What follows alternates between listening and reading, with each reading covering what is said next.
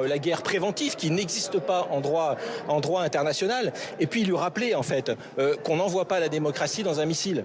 Tout simplement, ça mène au chaos, et ce qui est en train de se passer est particulièrement inquiétant. Il faut respecter le droit international. On a très peu d'exemples en fait que la guerre, que les armes suffisent justement à mettre en place un régime démocratique, en tout cas à aider un régime démocratique sur place. Et ça passera évidemment par la diplomatie.